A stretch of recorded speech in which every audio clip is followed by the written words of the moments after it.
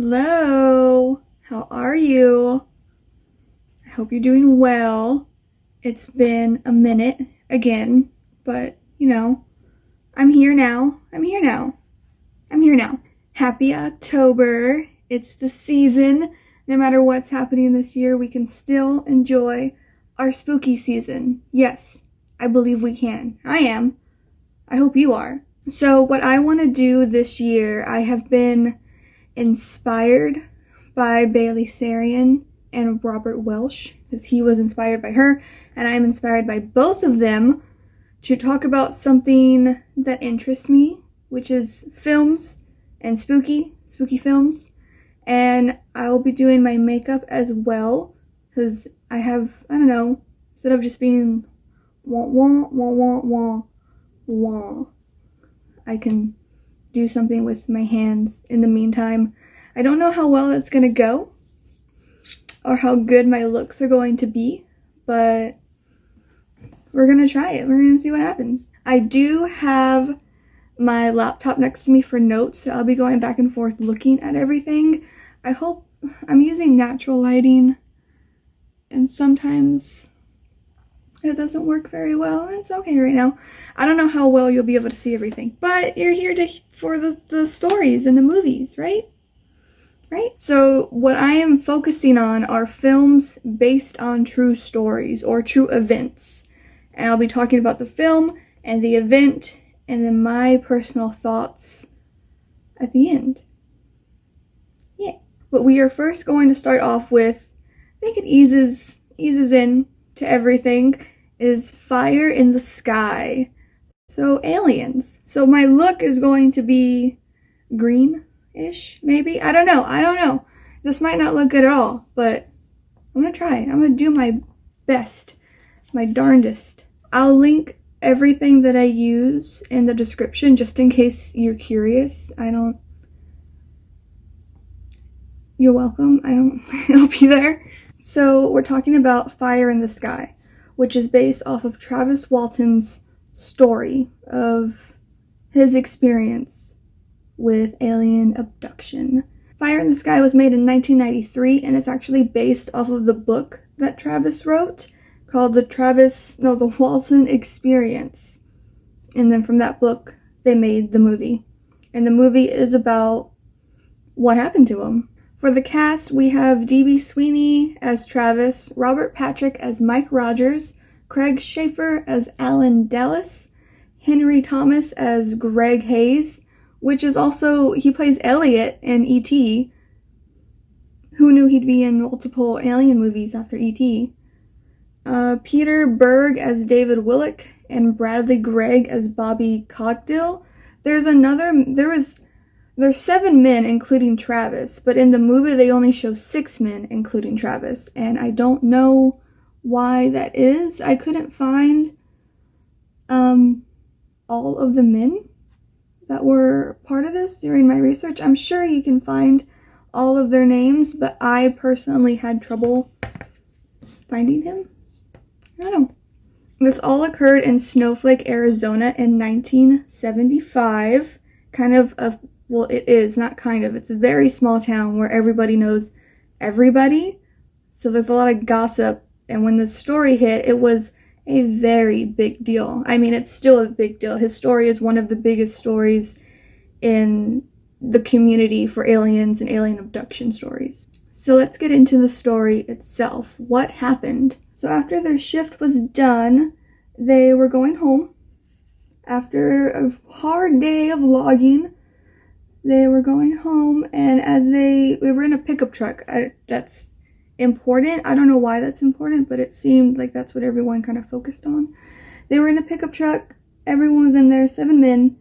And as they were leaving, they reported seeing a luminous-shaped disc in the sky.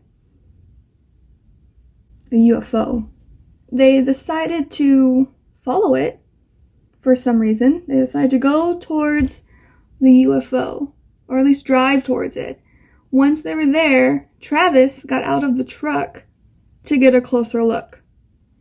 That never sounds like a good idea, ever. I don't know why he was compelled to get out of the truck to get a closer look at this luminous disc, but he did. And as he was standing there, the men claimed to have seen a beam of light hit Travis, and they thought he died. They thought it killed him, and they drove off.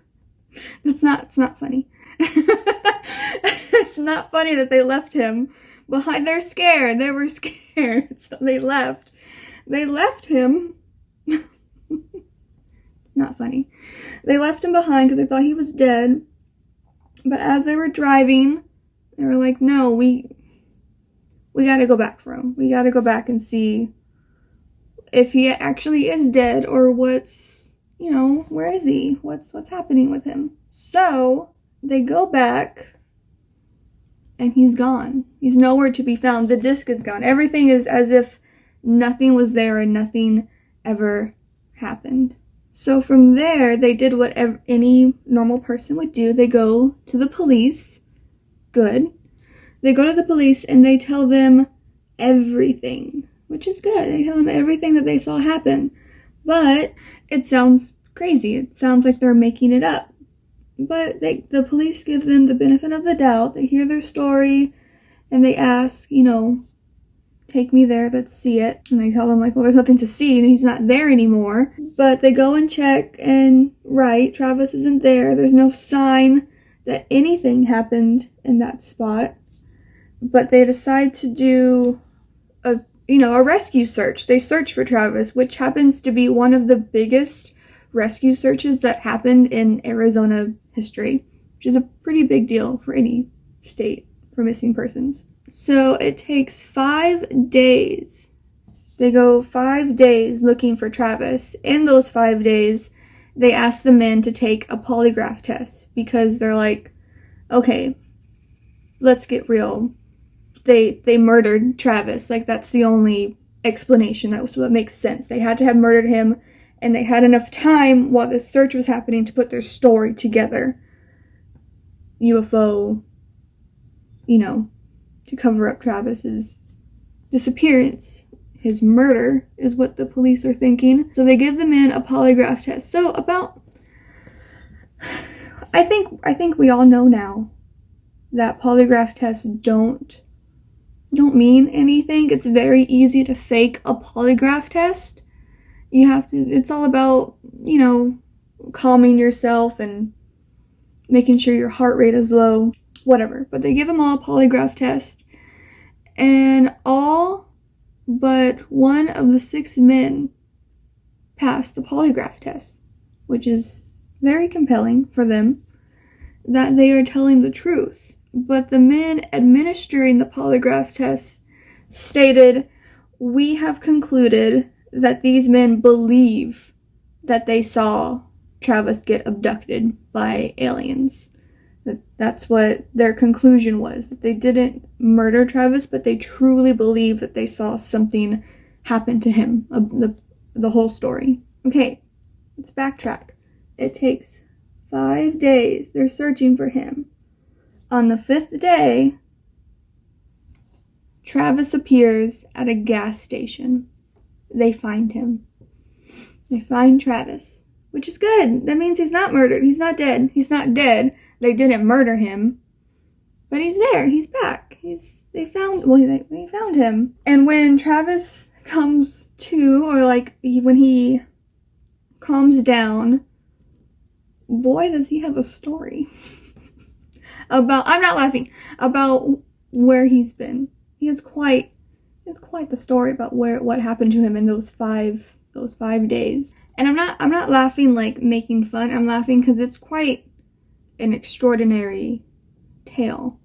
That's a lot to happen in 5 days, which for him felt like 2 hours. Incredible. What Travis remembers is when he woke up, he was on what he thought was he was on a table, but he thought he was at a hospital getting help for whatever had happened to him. But when he woke up, he saw beings around him that he says looked like fetuses. They look like fetuses. Great. So he got scared Makes sense. And he grabbed a glass cylinder and started swinging it and yelling at them. I'm laughing because I just imagine just like, which I mean, that makes sense. What else are you gonna do? They left. They're like, okay, this guy's freaking out. Let's go.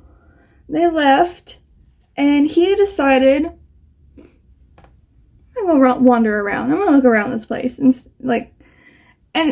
the only thing that's weird about that is that he didn't think to find a way out. He's just wandering. He's just, you know, what do they have here? What do they got? As he's wandering, he walks down a hallway to find a room, and in that room, all there was is a chair in the middle with a lever next to it. I mean, it's I don't know. Why did they got a chair with like a lever in it? Like, that's the only thing that's in that room. Well, he decides to go to the chair. And when he goes to the chair, he sits in it and he pulls the lever. And when he pulls the lever, it's like an observatory, or I've never been to one of those places where you can see like constellations, but he described it as that. When he sat and pulled the lever, he saw everything.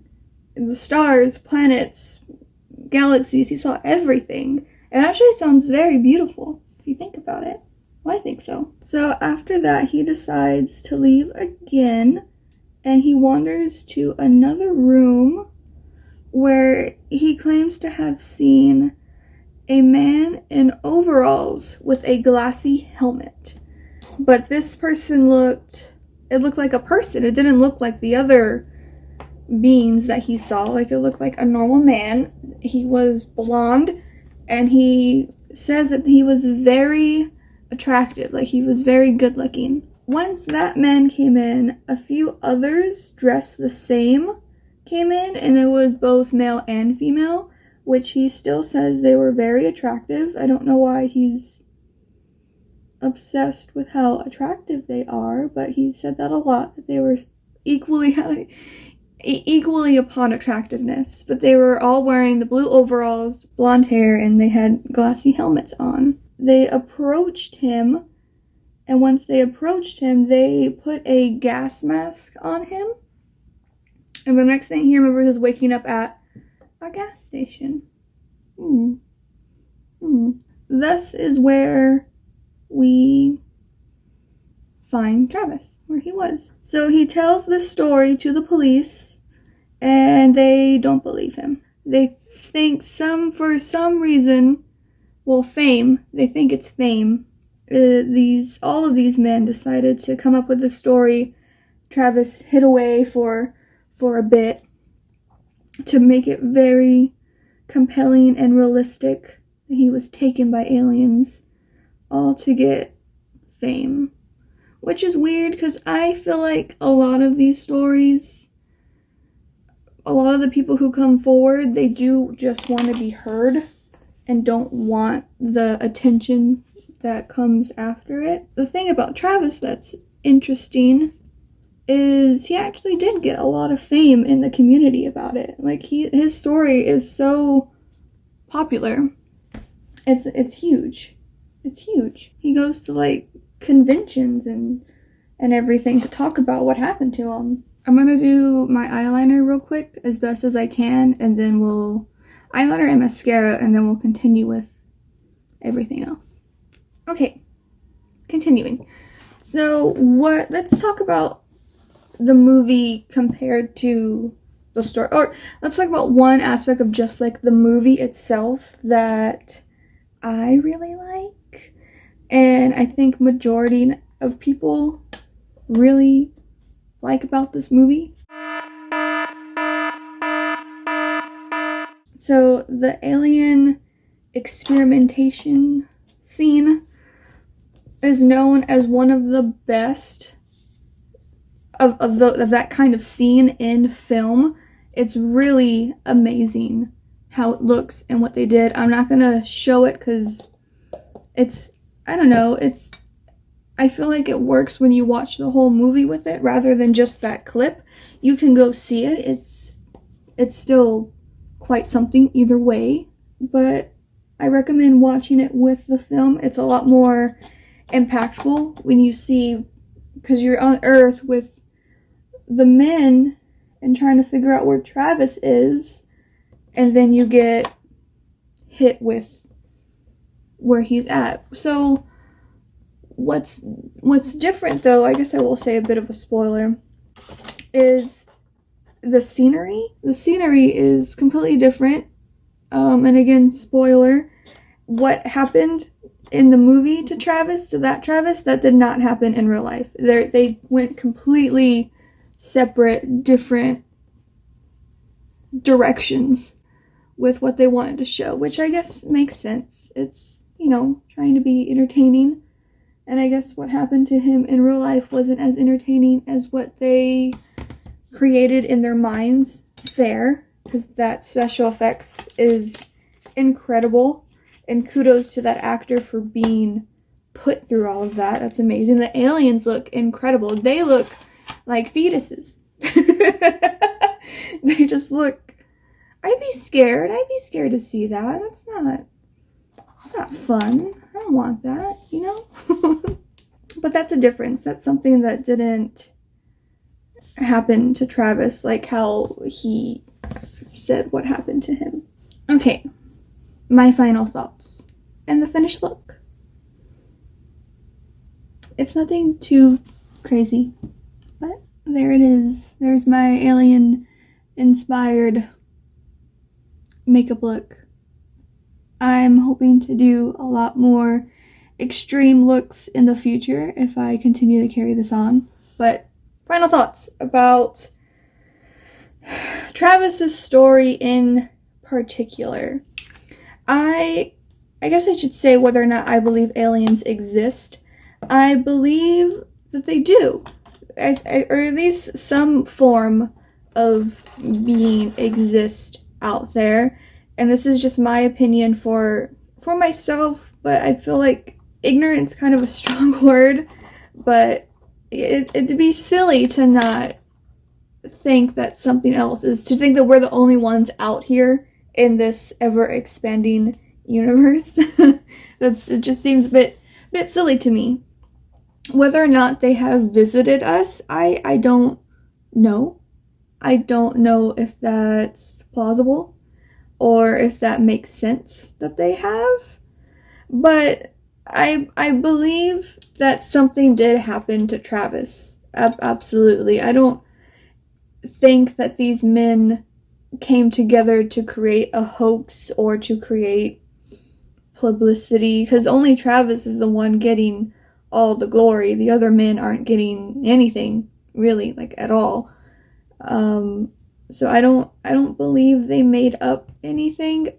Something happened. Something definitely happened to Travis, and those men definitely did see something. Now, whether that's aliens or something else traumatic, I don't know. I don't have those answers. But it is a very interesting story. That is a lot to happen to a person, because they did see something that really shook them. I don't know. What do you think? Do you think that Travis was abducted by aliens?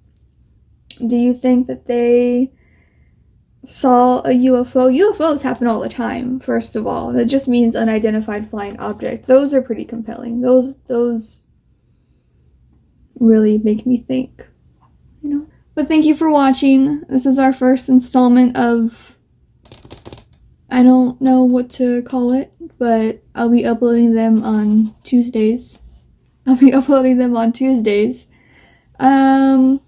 Twisted Tuesdays. We're gonna call these Twisted Tuesdays. I will have another movie based on a true story for you next week. I'm not gonna tell you what it is. You'll have to wait and see what it is. But thank you for watching. I hope you enjoyed, and I'll see you next week. Bye.